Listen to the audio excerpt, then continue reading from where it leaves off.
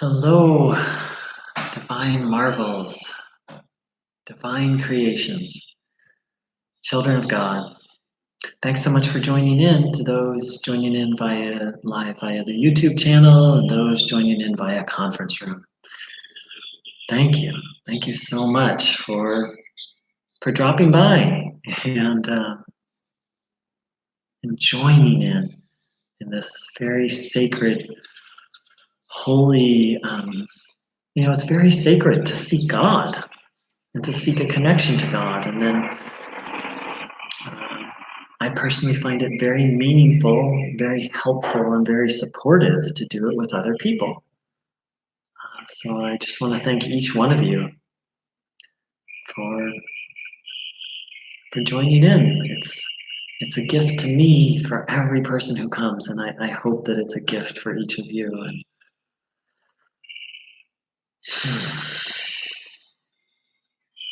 so,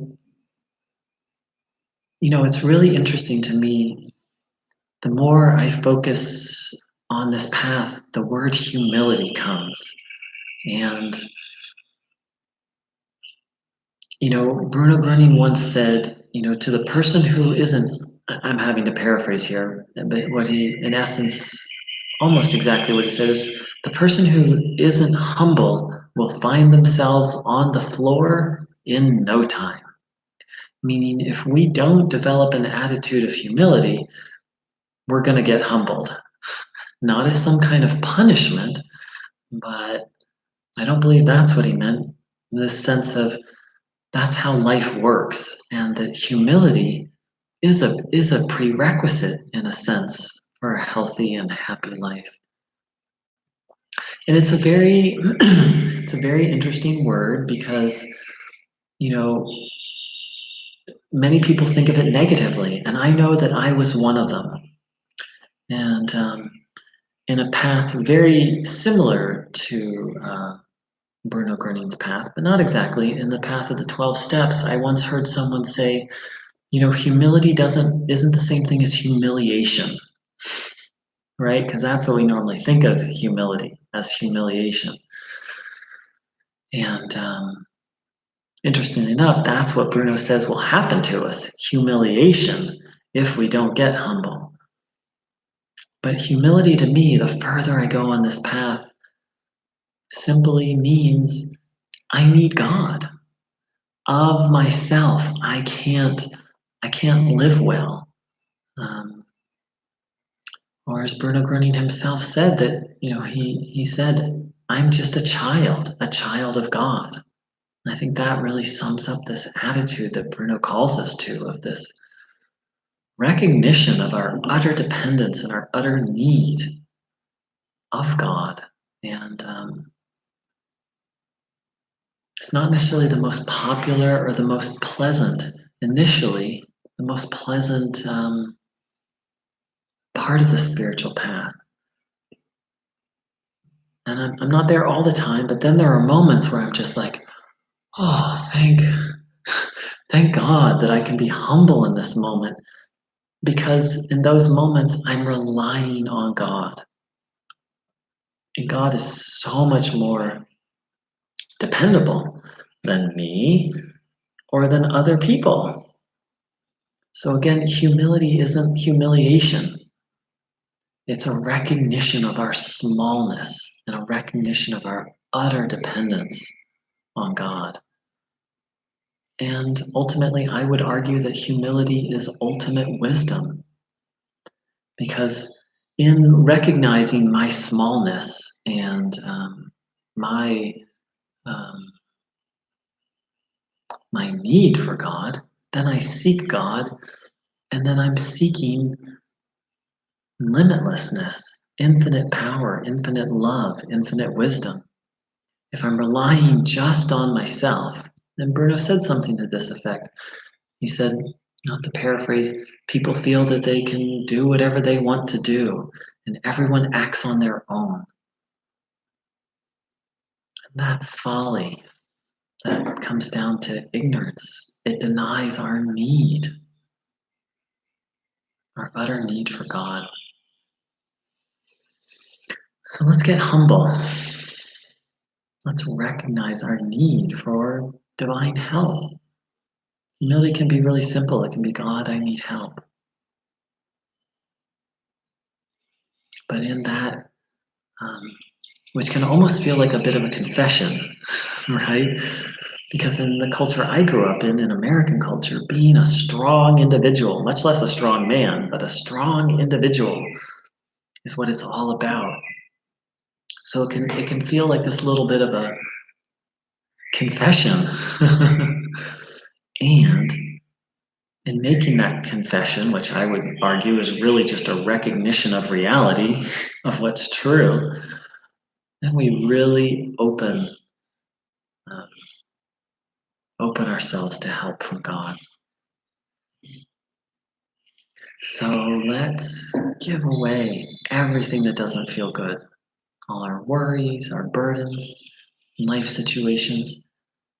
It seems to me that another meaning of give away means entrust. Entrust all these things to God, to Bruno.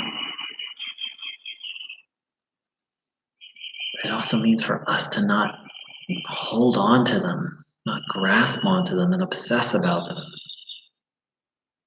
So let's hand over everything that doesn't feel good, which ultimately is everything we don't need.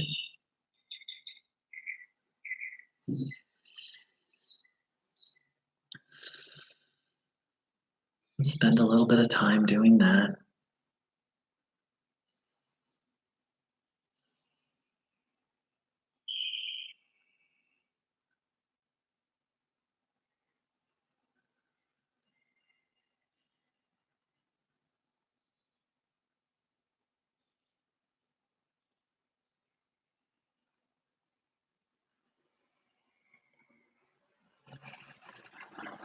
And having handed over our burdens, again, also entrusting them to a higher power, to God, to Bruno, to the energy.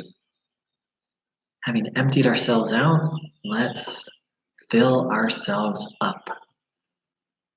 Let's observe the body with the will to absorb divine energy for it. I'm going to say a brief little prayer and then we'll drop into silence. Our dear, dear friend Bruno, our helper, please, for everyone who attends today and everyone who watches the recording of today's session, please, the highest blessing, good connection to the healing stream, good absorption. Please guide this time. Please guide me and guide each person. Let each person here feel the divine connection and divine guidance. And please help us use this time to learn how to connect to God, to learn how to be guided and follow God, and then to take that out into our lives. Thank you, thank you, thank you. Let's spend a little time in silence, taking in the good.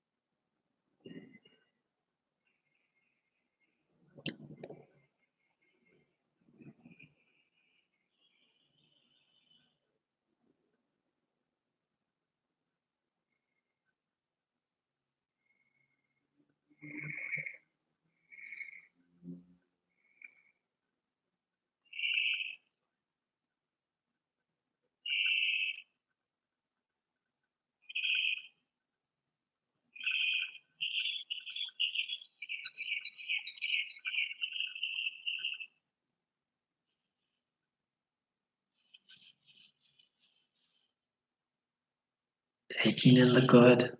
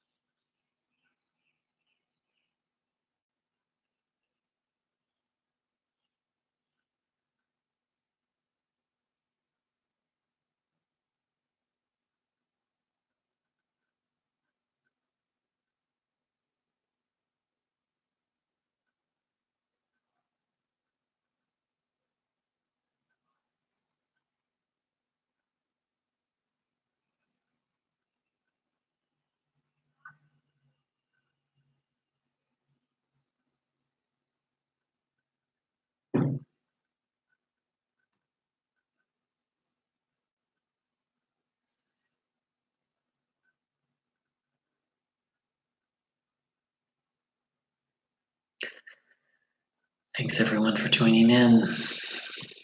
We have 4 people on the YouTube channel, and we have 7 people in the conference room, and we're spread all around the world. And despite that, we're all doing the same thing. Tuning in, taking in, absorbing, receiving. Bruno called he called it different names, interestingly enough, not just Haustrom. He also called it the divine Sendung, that's the German word, frequency, broadcast, transmission. He likened human beings to a radio or a satellite dish, which really points to that we really have this capacity to receive.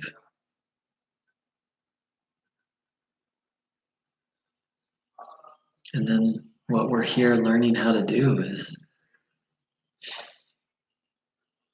learning how to tune into the divine station, becoming conscious of the fact that we're receivers and practicing tuning into the right station.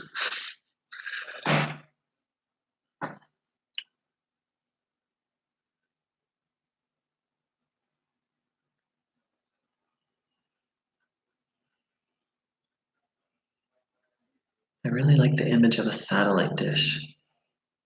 It really speaks to me because it's so important to have it pointed in the right direction.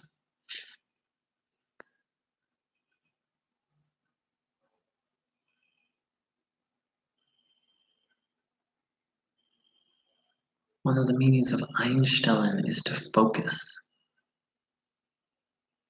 And that's what we're learning how to do, is to focus on God, focus on the good. Take it in.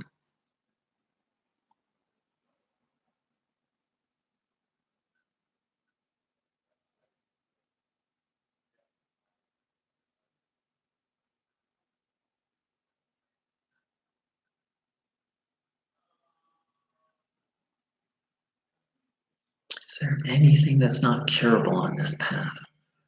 Well, Bruno Grunning once spoke about,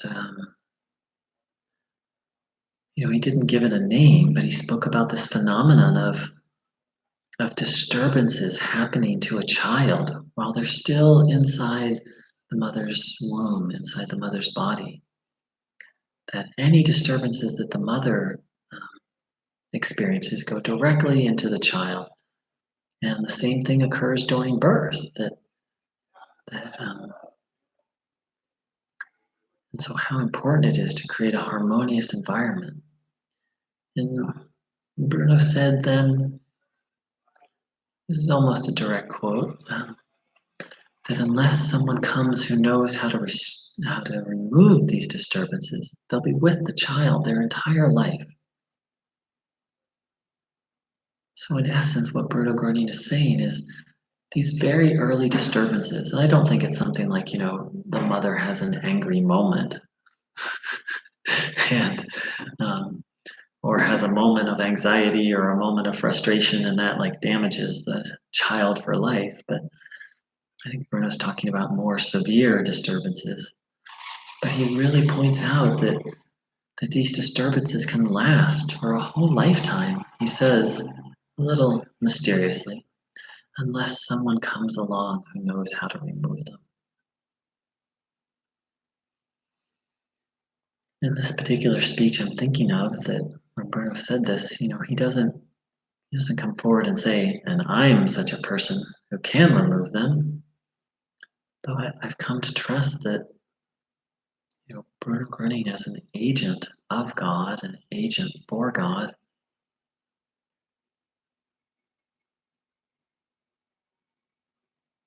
that there's no obstacle that our friend can't remove, our friend can't heal. So let's really take that to heart, that these very primal disturbances to the nervous system of a young child, even that can be healed with divine help, with the help of a wise helper in this unlimited energy. So let's spend a little time taking in the good and really take to heart, oh my, all things, all things are possible. All things are possible through God, with God.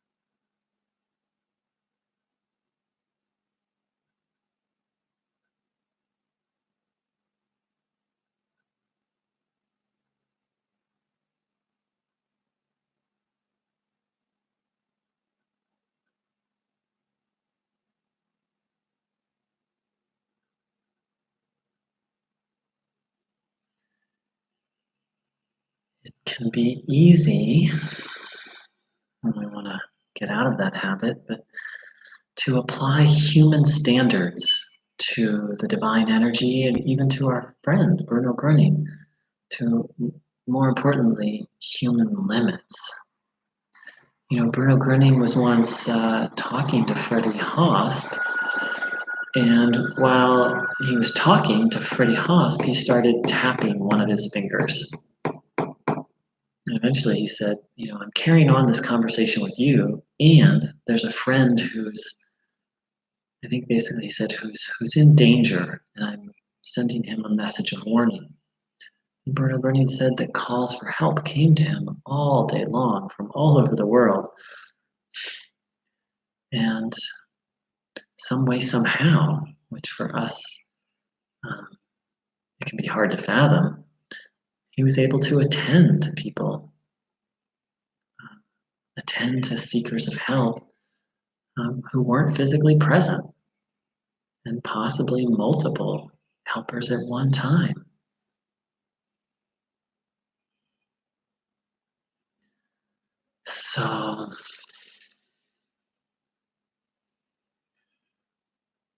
So let's not apply, you know, let's step away from putting limits on Bruno Gröning. Now, Bruno Gröning did point out that we have our part in the healing process. And we definitely don't want to underestimate the amount of help that Bruno Gröning can offer. And then in a similar way, we don't want to underestimate what God can do. Because, you know, if we look around the world today, the state of the world, it's very possible, and I certainly still do it. I do it less than I used to, but I still do it sometimes, is, you know, the amount of, what do you call it, pain, suffering, or evil in the world can lead one to question God, to doubt God. And let's keep in mind that one of the foundations of what Bruno Gröning taught was free will, that God gives free will to human beings. And in fact, Bruno Gröning clarified that, you know, he said that as long as life on the earth as a whole was not threatened, God would continue to allow free will to human beings to exercise their free will, even if he meant, I think Bruno said, even if it meant making life hell for each other, even to go so far as to destroy each other's body. God allows such a reign of free will. And Bruno also said that the state of the world is steered by God, that God only allows things to occur that serve as a lesson. So this for me is in a sense the ultimate leap of faith, to really trust that everything that happens underneath it, while it might be very painful, serves some form of divine purpose. Bruno spoke of lessons, and I want to get the words exact right. So I'll just leave it that, and now that's the quote I can remember, that only things that serve as a lesson are allowed to happen. Because if something negative happens to us and we don't have that context, that understanding, then it's going to shake our faith.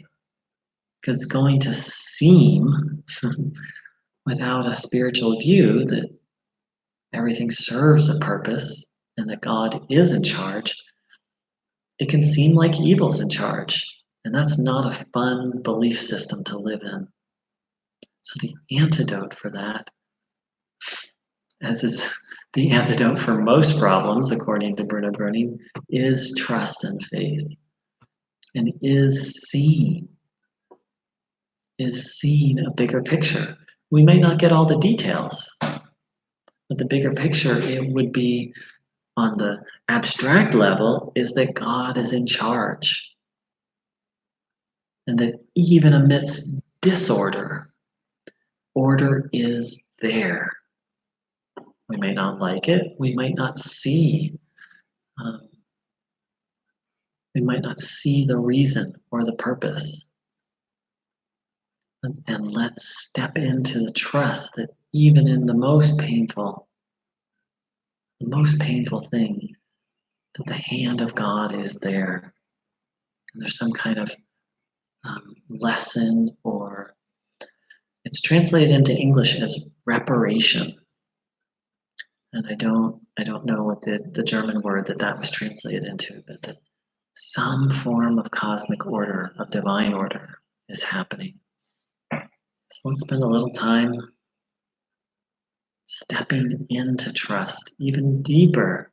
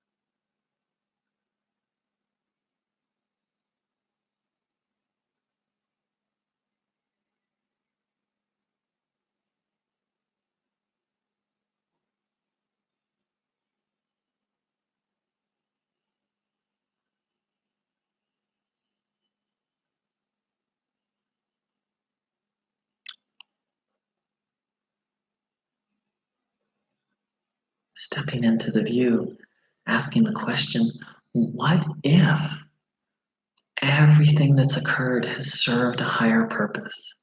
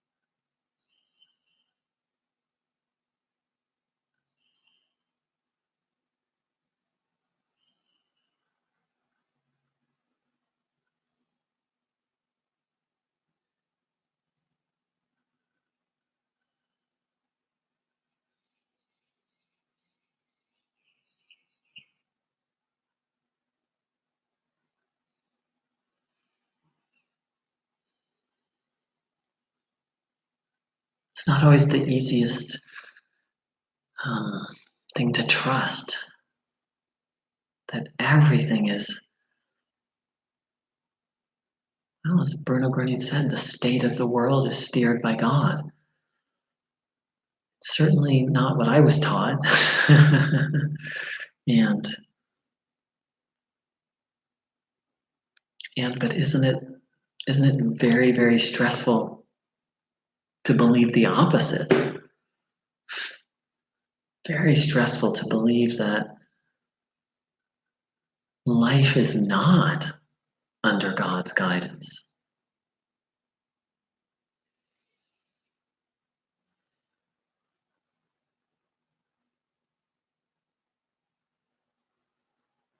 So, as many of you know, one of the fruits of this path are actual physical healings.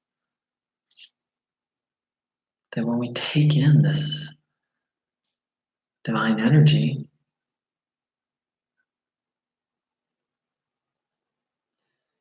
Bruno spoke so much about order. The German word Ordnung. It's translated into English as order. I personally think harmony is a more accurate translation, but that's just my view. I just think of Ordnung as, when we go out into the forest, all the trees aren't necessarily, each tree is 4 feet apart and they're in straight lines. Like, it's not that kind of order. But we go out into the forest or the woods, or the town I live in now has really high hills where you can really get a view. And while things aren't linear, it's not straight lines, but out in nature there is a certain kind of order. It's not necessarily human order, not human order at all. It's not a bunch of straight lines, but there is a kind of harmony, and we feel it. We feel good in nature. And so when we take this energy in,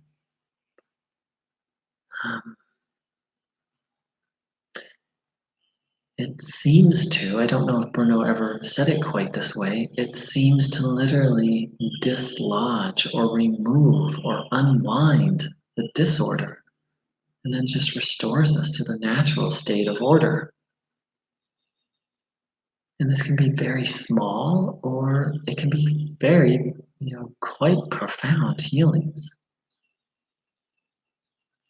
Now, the interesting thing about this path, and where an important place where humility fits in, is the timing of a healing and how long a healing takes.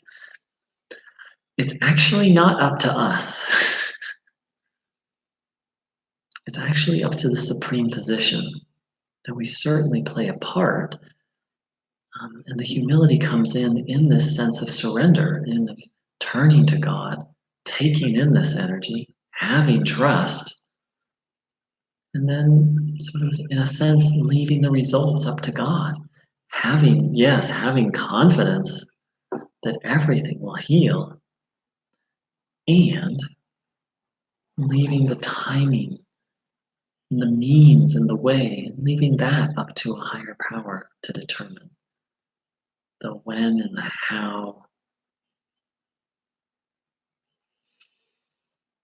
So one healing that was that I experienced, it was very special, which goes to show that my battery is good. My battery's running low. The cord's right here. Had to do with cooking. For most of my adult life, I don't know why. I had not just an aversion to cooking. I would many times, I would go to the grocery store, and I would, first of all, sometimes going to the grocery store and even to buy things, there would be this panic and I would turn around and leave. And then many times I would buy groceries and then I'd get home and I would go to cook them, and this same panic would come over me. And occasionally I would cook a little bit, but I don't know exactly what the cause of it was, but I had an extreme, and it wasn't so much laziness, it was literally this panic and fear. Not even, uh, more like panic and overwhelm, really debilitating. Like, I just couldn't do it. I really wanted to. I wanted to, obviously, it's less expensive and you can make exactly what you want and you have more control over the food so you can make healthier choices. Like, I really wanted to. And I tried for, I think, about 18 years, many, many times. And occasionally I would cook a few meals and then I would get overwhelmed and the food would go bad and I'd just be like, forget it. Okay, I'm not destined to cook. And soon after being introduced to Bruno's teachings, I was like, well, Bruno Gröning, um, severe cases of depression, severe cases of post-traumatic stress disorder, like he's able to heal just about anything. I think he could, I would imagine he could help me, you know, get over this and actually cook. And that was kind of the end of it. I think I said a prayer. I think I said, Bruno, please help me overcome this. I want to cook. And I forgot about it. And then about 10 days later, I just went to the grocery store and bought food and was fine. And I got home and I cooked it and it was fine. And then I had leftovers, which I ate later. And then I cooked again the next day. And then I just cooked nonstop for 2 or 3 years, like almost. It's like I did the exact opposite. In the past, it was like um, eating out every meal, and then for almost 3 years, it was cooking every meal. It was quite hilarious. And after 3 or 4 days, I was like, "What? Wait a minute! I'm cooking, and I'm not freaking out." And um, so, friends, nothing is incurable. Nothing is impossible. And to boot, and then the healing I basically completed last night. This all happened 4 or 5 years ago. And then last night, I made the best meal of my life. I just chopped up some veggies. The cooking I've done since then has just been very simple, that was fine. But then all of a sudden last night, I said, I actually want to make a really nice meal. And I just had all these ideas for all these really nice ingredients and really whipped up the fanciest meal of my life with no effort and just kind of out of inspiration. So that's kind of how healing works on this path. It's not that we make something happen. It's that we do things that allow this energy, this power to change us.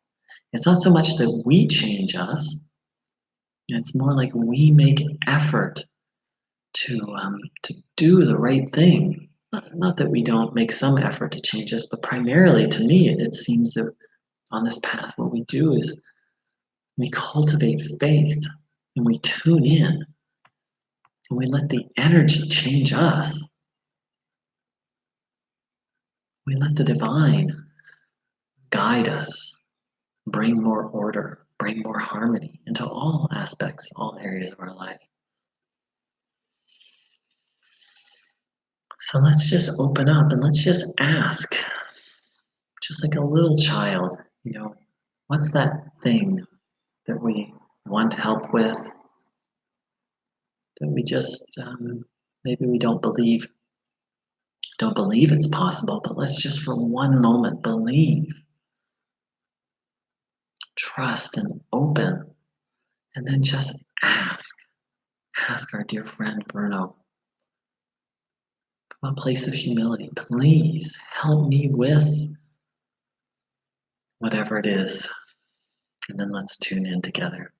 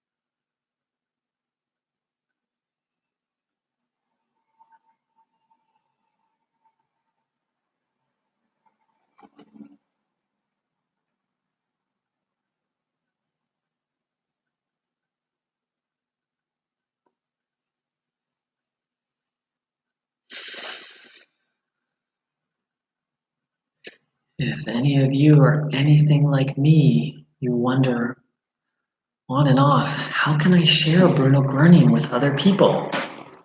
Um,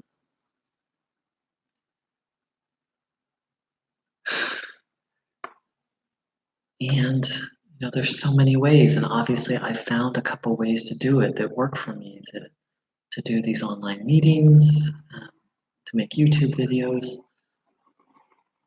and yesterday I taught someone how to tune in, and it's so wonderful, especially when they can feel the energy, and afterwards they're like, "Wow, this is." Um, and there's many people, and I told her a little bit about Bruno because she seemed open, and there was a picture of him in my house, and um, it just felt right. But there's many people who, in a sense, I've introduced to Bruno Gröning, but I haven't even mentioned Bruno Gröning's name. I've asked people if they like to meditate, or um, meaning literally be like, "Hey, would you like to meditate right now?" Or sometimes I just feel called to talk about tuning in, about this practice, um,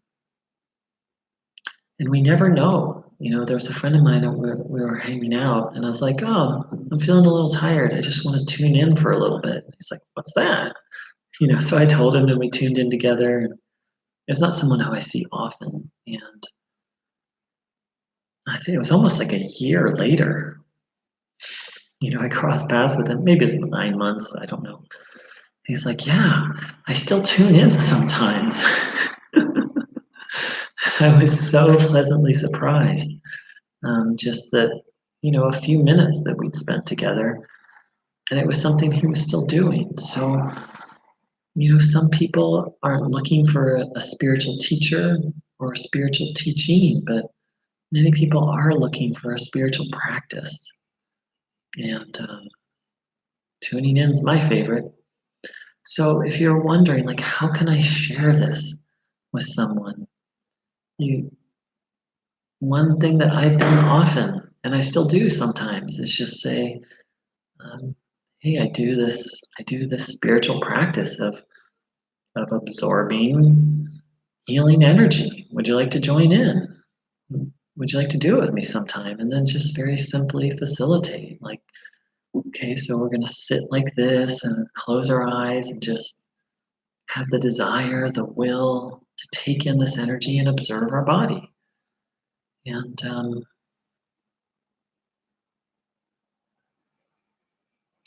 because there's certain aspects of Bruno Gröning's teachings that, if you're let's say a fundamentalist Christian, or an Orthodox, if you're Orthodox Jewish or Orthodox Muslim, there's certain components that are just like are a no. And some people aren't open to the idea of a spiritual helper, but many, many people are open to the idea of life energy. So just a thought for how to share this phenomena, this wonderful phenomena, especially if you've had a physical healing. That takes it up a notch. That gets people's attention. Of course, that's what got my attention, was when someone said that they had had a healing. So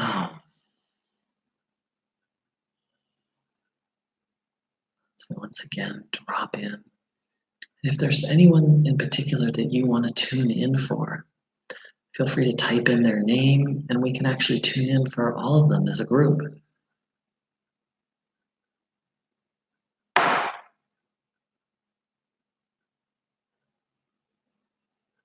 And if not, we can just individually tune in and ask for people.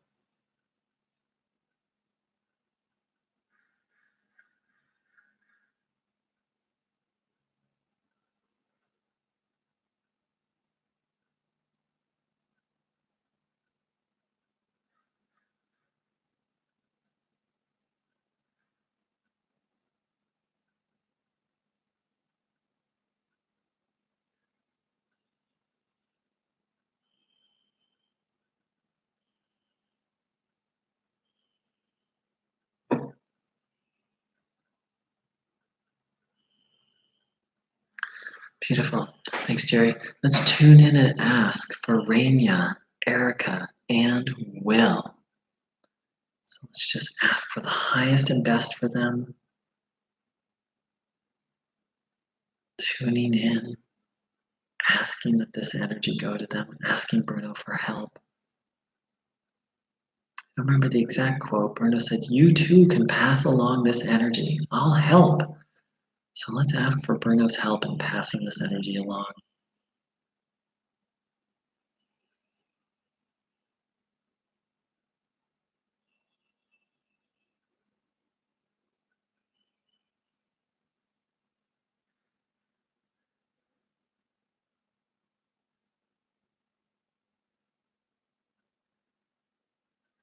Passing it along to Raina, Erica, and Will.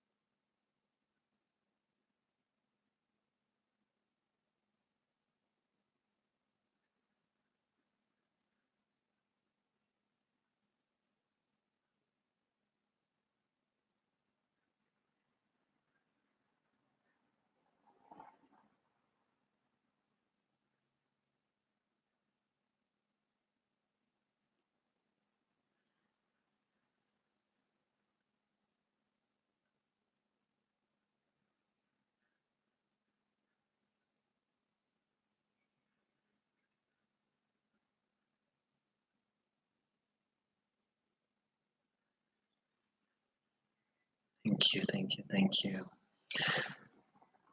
All right, let's tune in for Nancy and Mario.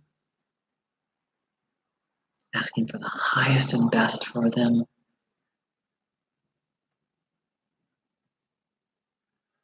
Asking Bruno to help us to. Bruno said we're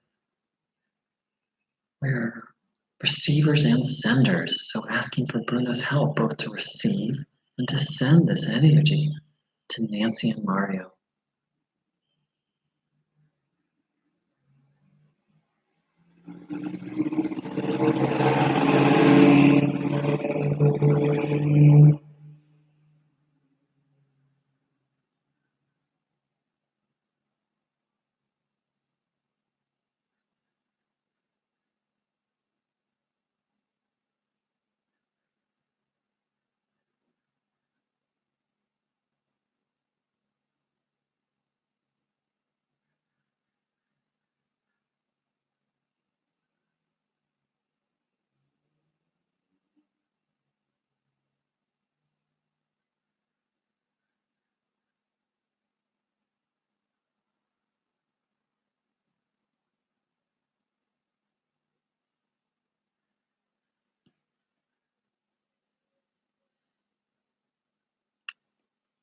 Thank you, thank you, thank you.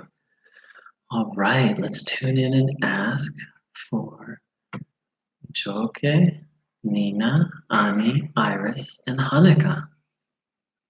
Please, Bruno, help us to be good senders of this energy to all those people.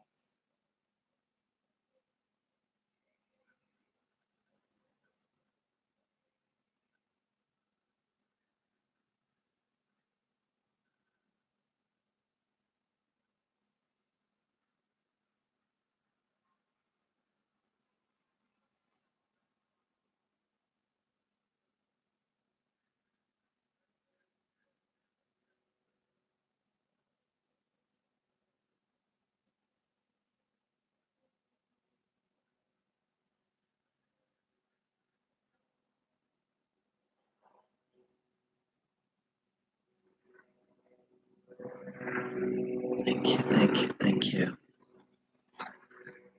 All right, I'd like to thank everyone who joined in live via YouTube and everyone who joined in via the conference room. I believe the next meeting is going to be in a week from now. This Sunday, I don't think it's looking like Sunday is not going to work. You're so welcome. Thank you, Hanukkah. I wish everyone a very um, divine energy filled morning, afternoon, and evening. And look forward to seeing and feeling you all hopefully very soon. Take care. You're welcome. You're welcome. So much love to all of you. Aloha.